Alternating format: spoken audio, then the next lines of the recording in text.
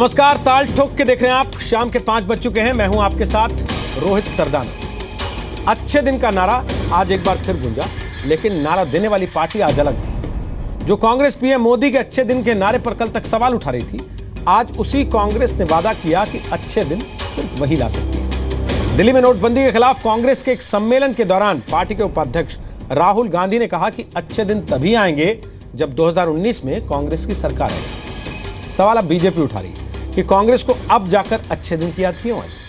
आजादी के 70 साल हो गए और उसमें 3/4 से ज्यादा वक्त कांग्रेस की सरकार रही, तो फिर कांग्रेस को उस वक्त अच्छे दिन देने की क्यों नहीं सूझी? उस वक्त कांग्रेस को अच्छे दिन लाने से किसने रोका था?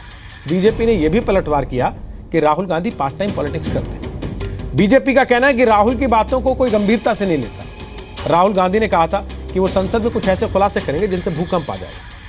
राहुल गांधी जिस सहारा बिरला डायरी के सहारे भूकंप लाने की बात कर रहे थे, उस पर सुनवाई से आज देश की सबसे बड़ी अदालत सुप्रीम कोर्ट ने यह कहते हुए इनकार कर दिया कि इस मामले में जांच के लिए पर्याप्त चीजें उपलब्ध नहीं है। सवाल यह भी है कि जिस अच्छे दिन के नारे के सहारे पीएम मोदी ने देश की जनता का भरोसा जीता, क्या राहुल गांधी अब उसकी नकल से ही आगे बढ़ना चाहते हैं? और क्या नकल के सहारे राहुल लोगों को कांग्रेस की तरफ खींच पाएंगे? क्या अच्छे दिन का नारा देकर राहुल गांधी यूपीए सरकार के दाग धो पाएंगे? ताल ठोक के आज की बहस इसी पर।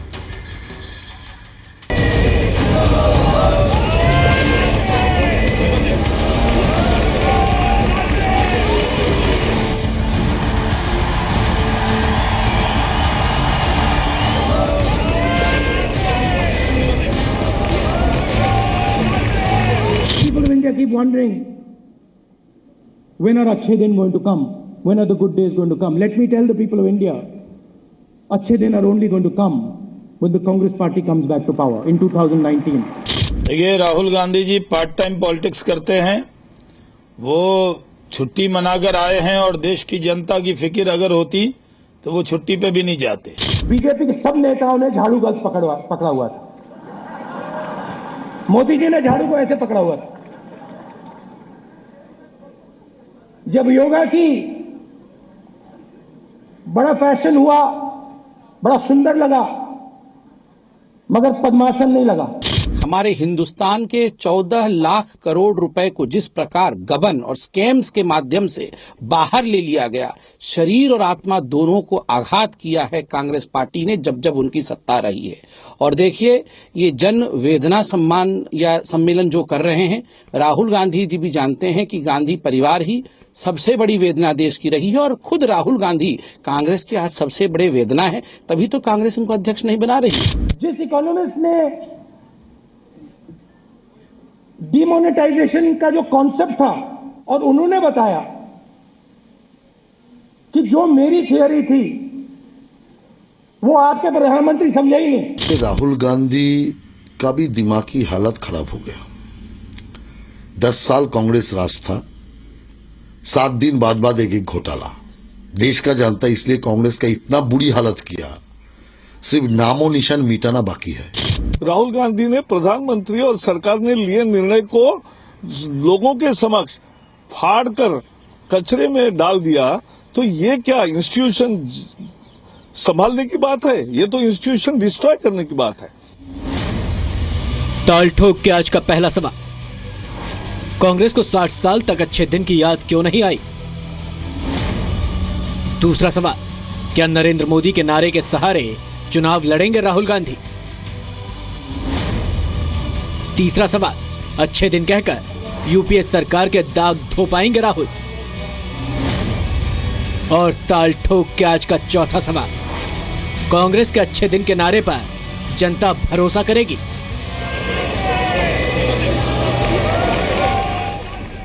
तो आपको बता दें, ताल ठोक के आज हमारे साथ कौन कौन से खास मेहमान इस कार्यक्रम में शामिल हो रहे हैं। जयवीर शेरगिल हमारे साथ हैं, वो प्रवक्ता हैं कांग्रेस पार्टी के। साथ ही पंजाब चुनाव के दौरान मीडिया की बड़ी जिम्मेदारी कांग्रेस पार्टी ने उनको दी है। स्वागत है जयवीर शेरगिल आपका स्टूडियो में। नावेद सिद्दीकी हमारे साथ हैं, वो समाजवादी पार्टी के प्रवक्ता हैं। और डॉक्टर संबित पात्रा हमारे साथ हैं, वो भारतीय जनता पार्टी के प्रवक्ता हैं। और साथ ही अभिलाष खांडेकर हमारे साथ आज इस चर्चा में शामिल हो रहे हैं, वरिष्ठ पत्रकार हैं, दिल्ली से आज कार्यक्रम का हिस्सा बन रहे हैं। स्वागत है अभिलाष खांडेकर, आपका आज पहली बार जी न्यूज़ के इस कार्यक्रम ताल ठोके में कम से कम मेरे साथ आप पहली बार आज चर्चा में शामिल हो रहे हैं। इससे पहले चर्चा शुरू करें, अपने सभी मेहमानों को और दर्शकों को याद दिला दें, टाइम लिमिट है 1.5 मिनट की। पहले राउंड में बजर बजेगा, 1.5 मिनट के बाद आपकी आवाज़ खुद ब खुद बंद हो जाएगी। उसके बाद दूसरे सवाल में 1-1 मिनट का आपको समय मिलेगा, बजर बजेगा, आपकी आवाज़ खुद ब खुद बंद हो जाएगी। और उसके बाद फ्री राउंड मिलेगा जिसमें आप इंटरवीन भी कर सकेंगे, एक दूसरे से टोका टाकी भी कर सकेंगे, सवाल भी पूछ सकेंगे। उसके पहले अच्छा रहेगा अगर सब अपनी अपनी बात रखें, टोका टाकी ना हो, चीना झपटी जैसी स्थिति ना आए। जयवीर शेरगिल,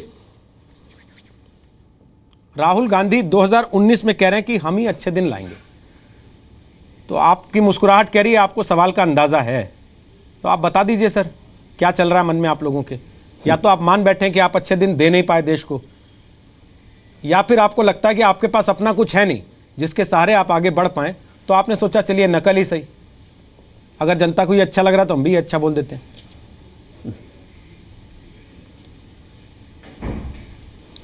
रोहित जी, सबसे पहले तो बात यह है कि 2014 में जब जनता ने भारतीय जनता पार्टी और मोदी सरकार को चुना था तो कुछ बदलाव की अपेक्षा की थी कि जो दिन 2014 से थे वो बेहतर होंगे, उसकी अपेक्षा की थी। और प्रधानमंत्री मोदी ने बहुत बड़े बड़े वायदे किए थे, वो पूरा होंगे उसकी अपेक्षा की थी। आज हमारा सवाल है कि 2.5 साल के कार्यकाल में और अपने शासन में जनता को बेहाल और उनका बुरा हाल कर दिया है। 2004 से लेकर 14 के दिन आज के मौजूदा दिन से बहुत अच्छे थे और प्रधानमंत्री ने अच्छे दिन का नाम को ही बदनाम कर दिया है।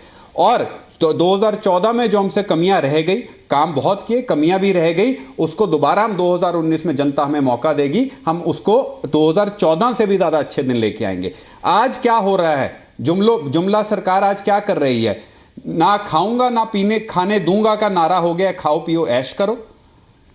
चौकीदार बन गए हैं लुटेरे, सबका साथ सबका विकास करने वाली सरकार सबका विनाश कर रही है। नोटबंदी के नाम पे देशबंदी हो रही है। ये जो नोटबंदी डीमोनेटाइजेशन का महायज्ञ किया गया था, इस महायज्ञ में अपने ही देशवासियों की आहुति दे दी है प्रधानमंत्री ने। आज जब भी 2.5 साल के कार्यकाल पे हम सवाल उठाते हैं, कांग्रेस ने 60 साल पे क्या किया, राहुल गांधी ये कर रहे हैं, मुद्दों पे ये सरकार बात नहीं करती, ना ही आंकड़े देती है। संस्थाएं, न्यायालयों की स्वायत्तता पे वार किया है। कल ही आरबीआई की रिपोर्ट आई है, 1 दिन दिया गया जो। ठीक सर, ठीक, 1.5 मिनट पूरा हो गया। संबित पात्रा, 2.5 साल में आप अच्छे दिन नहीं ला पाए, इसलिए राहुल गांधी कह रहे हैं कि अच्छे दिन तो वही लेके आएंगे।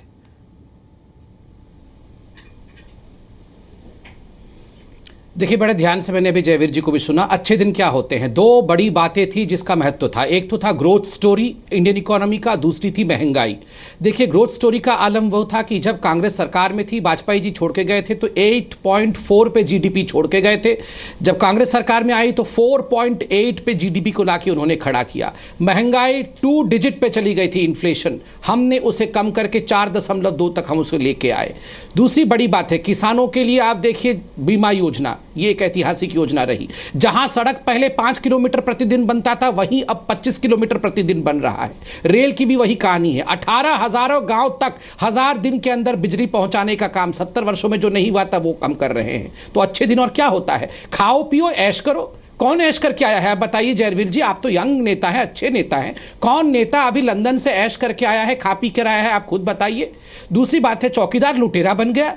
आपकी कैसी हिम्मत हो गई लुटेरा कहने का। आज ही सुप्रीम कोर्ट का जजमेंट आया है कि आपके राहुल गांधी झूठे पेपर जो हिला रहे थे ना, ऐसे फर्जी पेपर, उन पेपरों को नकार दिया है सुप्रीम कोर्ट ने, कहा है कि इसका कोई वजूद नहीं है।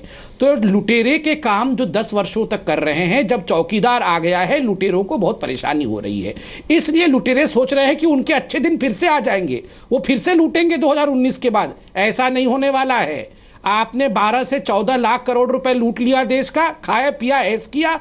अब ना तो लूटने का मौका मिलेगा, ना खाने पीने ऐश करने का मौका मिलेगा। ध्यान रहे इस बात। ठीक, संबित पात्रा, आवाज बंद होगी। नावेद सिद्दीकी, हालांकि लगातार खबरें चल रही टेलीविजन चैनल्स पर कि आपका और कांग्रेस पार्टी का समझौता हो गया, आप लोग मिलकर यूपी में चुनाव लड़ेंगे। हमने अभी तक ये खबर फ्लैश नहीं की, क्योंकि हम मानते हैं जब तक औपचारिक तौर पर आप लोग ऐलान ना कर दें तब तक इस बातचीत में ज़्यादा ना पड़ा जाए।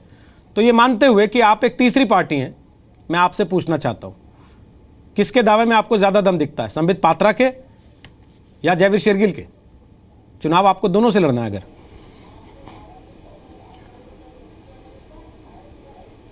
रोहित भाई, ऐसा है कि सबको सुना है हमने, और हमने, मेरा सुनना तो चलिए कोई एक तरफ किनारे कीजिए आप, जनता सुन रही है।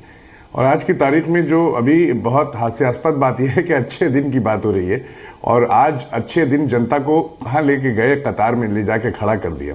तो ये अच्छे दिन के अल्फाज से हिंदुस्तान की आवाम बहुत परेशान है। अभी किसी जनता के बीच अगर जाके हम लोग अच्छे दिन की बात करेंगे तो शायद हमें पूरा यकीन है, अगर कोई भी करता है लीडर, कोई भी रहनुमा जाके ये कह दे आज की तारीख में जनता से कि अच्छे दिन हम लाएंगे, तो मैं आपको यकीन के साथ आपके राष्ट्रीय चैनल पे कह दूं कि जनता उसको दौड़ा लेगी और उसके कपड़े तक फाड़ डालेगी। और क्या हशर उसका करेगी, क्योंकि जनता इस वक्त गुस्से में है, आग बबूला है हिंदुस्तान की जनता के अच्छे दिन की बात। और अच्छे दिन कौन कहता था कि अच्छे दिन आएंगे, ये हमने माना, सच बोला उन्होंने। जिन्होंने ये कहा, नारा दिया था कि अच्छे दिन आएंगे, ये उन्होंने सच बोला। अच्छे दिन आए, उनके लोगों के आए, उनके बदजुबान कुछ लोग थे जो लगातार बयानबाजी कर रहे थे, जिनको रोका नहीं गया, जो देश को बांटने की बात कर रहे हैं, जो मुल्क को बांटने की कर रहे हैं, उनके अच्छे दिन आए। ये जो एक बैठे हुए हैं हमारे भाई बैठे हुए हैं किताबों के आगे, इनके जो हैं, इनके अच्छे दिन आ गए। लेकिन वो जो जनता है, जनता जो कतार में खड़ी रही, उसका क्या दोष था? तो आज अच्छे दिन की नहीं, आज बात करनी है डेवलपमेंट की, आज बात करनी है विकास की, और वही आगे निकल पाएगा आज की तारीख में लोकतंत्र में। ठीक है सर, आप लोग तो कल तक कह रहे थे यूपी में तो अच्छे दिन आए, आज आप कह रहे हैं कई अच्छे दिन ही नहीं आए। अभिलाष कांडेकर थर्ड अंपायर हैं, आप तो बाहर बैठ के देख रहे हैं, तीनों की बातें आपने सुन ली हैं। अब आपका एक कमेंट मैं चाहता हूं, इससे पहले हम डिबेट को ओपन करें। अच्छे दिन का नारा क्या 2.5 साल का समय है उसको जज करने के लिए काफ़ी है?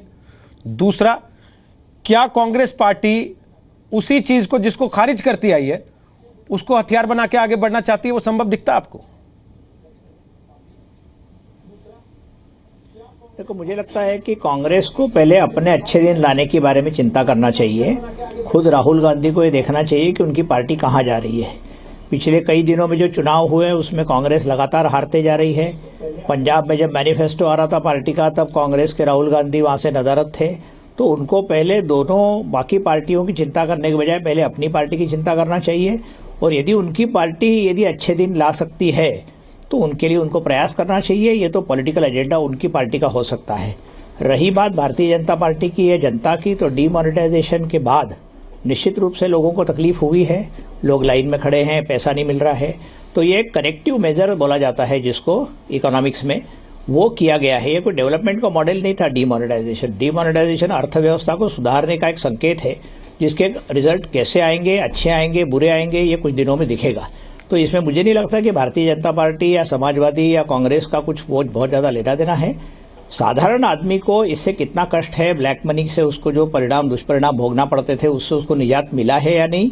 दूसरी बात, भारतीय जनता पार्टी ने इसके पहले कई बार बोल चुकी है भारतीय जनता पार्टी कि अच्छे दिन ये एक जुमला था, राजकीय जुमला था, पॉलिटिकल स्लोगनियरिंग जिसको कहते हैं। तो वो बहुत ज़्यादा सीरियसली उसको नहीं, लेकिन लोग उसको जरूर मानते हैं कि हमारे अच्छे दिन कब आएंगे। तो अच्छे दिन एक रिलेटिव टर्म है।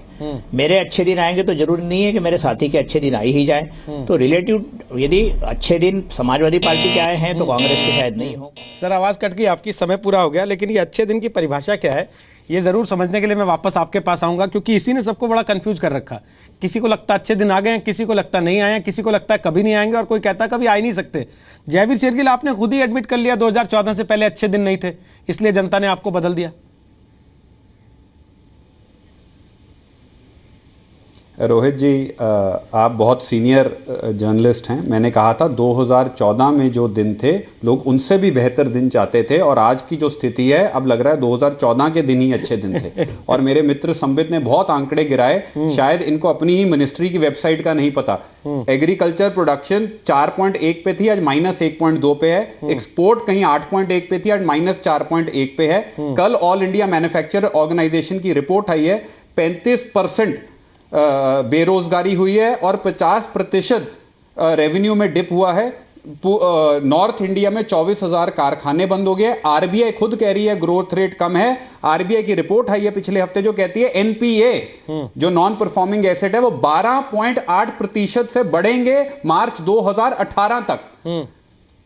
और उसके बाद मैं आपके शो पे, मुझे याद है जब आपने बहुत मुझे इंटरनेशनल जर्नलिस्ट रिपोर्ट्स दिखाई थी, न्यूयॉर्क टाइम्स, ये टाइम्स, वो टाइम्स, आज वो सब कह रहे हैं demonetisation is the biggest economic disaster. ठीक। और आज आप ठीक, संबित पात्रा दीजिए जवाब जल्दी से। पहली बार देश में 27 करोड़ जनता का अकाउंट खुला मोदी जी के अंडर में। पहली बार देश में 12 करोड़ लोगों को सोशल सिक्योरिटी कवर मिला। पहली बार ऐसा हुआ कि 61,000 करोड़ रुपीस डायरेक्ट बेनिफिट के माध्यम से कोई बिचौलिया नहीं, किसी ने पैसा नहीं खाया, लोगों के अकाउंट में गया। पहली बार 4 करोड़ रुपया जो है लोन के माध्यम से पुअर एंटरप्रेन्योर्स को डिस्ट्रीब्यूट किया गया। 2.7 करोड़ टॉयलेट पहली बार पूरे भारत में एक शॉर्ट टाइम में कंस्ट्रक्ट हुआ है। पहली बार free health insurance cover Bharat में दिया गया। उज्ज्वला के माध्यम से एलपीजी जो धुएं के कारण से आंखों में तकलीफ होती थी माताओं को, आज वो खत्म हो रहा है। 10,000 kilometre worth highway construction award किया गया। 10 करोड़ एलईडी बल्ब्स पूरे देश में लगा। रिलीफ मनी आज डायरेक्टली बेनिफिशियरी के अकाउंट में जा रहा है। ये सब आंकड़े बताती है कि अच्छे दिन आए हुए हैं। देखिए, अच्छे दिन रिलेटिव टर्म नहीं होता है। अच्छे दिन का अर्थ होता है चोरी नहीं होना, गरीब के हक का पैसा गरीब के पास जाना। ठीक है नावेद सिद्दीकी, आप लोग तो खुद कह रहे थे यूपी में तो अच्छे दिन है, अभी आपने खुद ही कह दिया कि अच्छे दिन कहाँ हैं। कहीं तो रहिए सर, एक तरफ तो हो जाइए। ठीक है, अखिलेश जी लाए, ये तो बताइए कि अखिलेश जी लाए अच्छे दिन। यूपी में मैं अच्छे दिन की बात आप दूसरे सेंस में लीजिए, मैं विकास की, डेवलपमेंट की बात कर रहा हूं भाई। आज की तारीख में रोहित भाई, आप उत्तर प्रदेश में किसी भी दरवाजे पे जाएंगे, अगर हम खटखटा कर उसको देखेंगे तो उनके यहाँ कहीं ना कहीं सुविधा उसको मिली हुई है। ये मैंने आपसे परसों भी कहा था। तो लगातार हमारे यहाँ तो, लेकिन इस तरह अभी जो अच्छे दिन की एक परिभाषा के अच्छे दिन जो भाई हमारे बता रहे थे कि पहली बार ये, पहली बार ये, तो पहली बार ही हुआ कि मुल्क को कतार में खड़ा होना पड़ा। पहली बार ही ये हुआ कि अपना पैसा निकालने के लिए लोग जो थे हताश रहे, परेशान रहे। पहली बार ये हुआ कि एक तानाशाह की तरह रात में कह दिया गया कि आज से पैसे ये वाले नोट जो हैं वो बंद हो जाएंगे। पहली बार ये हुआ कि इतनी मौतें हुई कि पास में अपना पैसा होने के बाद भी एक माँ अपने बच्चे को दूध नहीं पिला पाई, स्टेशन पे उसकी मौत हो जाती है। बताइए, गरीब लोगों की मौत होती है। पहली बार ही ऐसा हुआ कि शादी में अच्छे से एक बाप अपनी बेटी की शादी नहीं कर पाता, बेटी जान दे देती है। पहली बार 146 मौतें होती हैं। तो हर चीज तो पहली बार हुई, तो ये अच्छे दिन क्या थे? ठीक ठीक ठीक ठीक, बड़े अच्छे सवाल उठाए आपने, बहुत सारे। संबित पात्रा से मैं क्रॉस कमेंट लेता हूं, अब समय खत्म हो गया सर आपका। Abhilash ji, Satyam scam, oil for food scam, MHADA flat scam, Siachen army ration scam, cash for vote scam, IPL scam, Sukna land scam, 2G scam, Karnataka land scam, Commonwealth game scam, Adarsh society scam, telephone exchange घोटाला, KG basin घोटाला, coal घोटाला, इस तरह की एक पूरी list है sir. कोई इसकी भी जिम्मेदारी लेगा? अच्छे बुरे दिन चाहे कुछ भी रहे।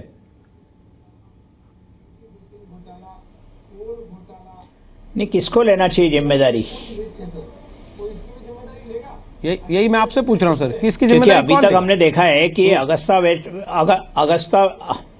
इसकी जिम्मेदारी निश्चित रूप से उन इन्वेस्टिगेशन एजेंसीज को पहले वहां तक पहुंच के ये फर्म अप करना पड़ेगा, डिसाइड करना पड़ेगा कि ये घोटाले हुए। जैसे त्यागी के मामले में हम देख रहे हैं कि अगस्ता वेस्टलैंड स्कैम में वो एक निश्चित डेस्टिनेशन तक इन्वेस्टिगेशन पहुंच गया है। बहुत सारे घोटाले हुए थे, बहुत सारे घोटालों में अभी तक भी 2.5 साल के बाद भी सरकार किसी को उस न्यायालय की उस वहां तक ले नहीं पहुंच पाई है जहां पर घोटाला सिद्ध होता है। निश्चित रूप से घोटालों का एक परसेप्शन 10 साल में बना, घोटाले भी हुए।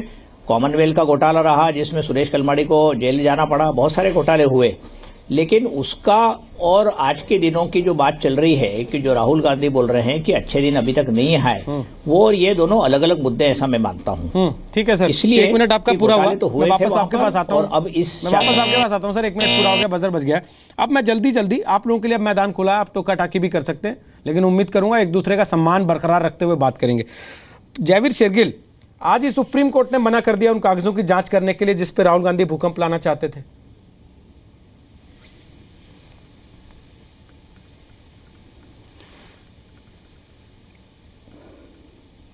मेरी आवाज आ रही है आपको जयवीर? मुझे सुन पा रहे हैं आप?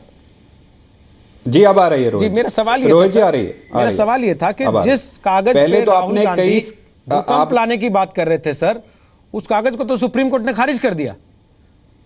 तो लोग राहुल गांधी की बात पे कैसे भरोसा करें कि ये 2019 में अच्छे दिन ला देंगे, और जो अभी है वो अच्छे दिन नहीं है? पहले तो आपने बड़ी जिम्मेदारी और अच्छी यादाश्त से बड़ी लंबी चौड़ी स्कैम की लिस्ट सुनाई अपने दर्शकों को, तो उसमें कुछ और भी डाल देते।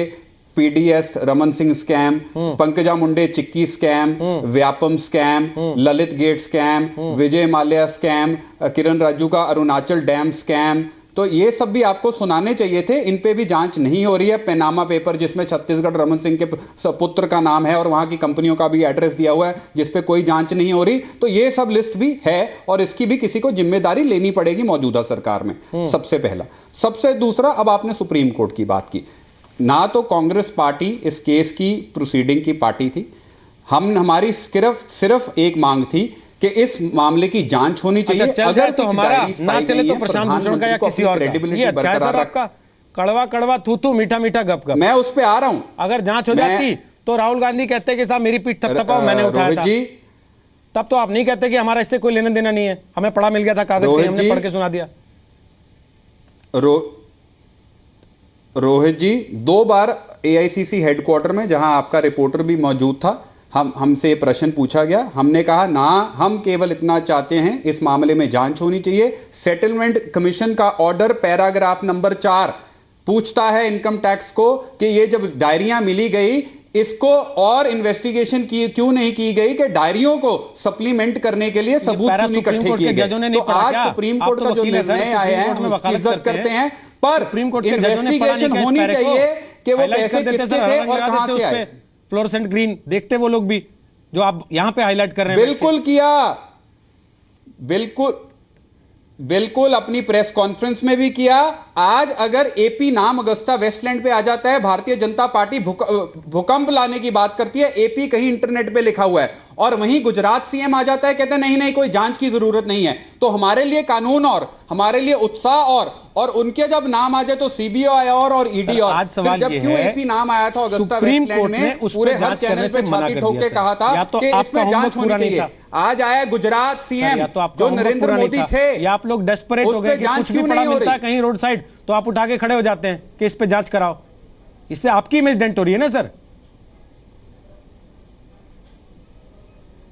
देखिए, अगर कहीं पे सबूत आया है उसकी जांच मांगना इमेज डेंट की बात नहीं है। प्रधानमंत्री का नाम आया है, गुजरात सीएम का नाम, हम भी नहीं चाहते प्रधानमंत्री की छवि खराब हो। अब सर, जैसे अच्छे दिन की परिभाषा पे अटके, जैसे आपने कहा कि आप सबूत की परिभाषा पे अटक जाते हैं। आप जिसको सबूत मान के प्रेस कॉन्फ्रेंस कर देते हैं, कहते हैं पार्लियामेंट में भूकंप ला देंगे, देश में भूकंप ला देंगे, कोर्ट कहता है ये सबूत नहीं है, ये फर्जी कागज है। बहरहाल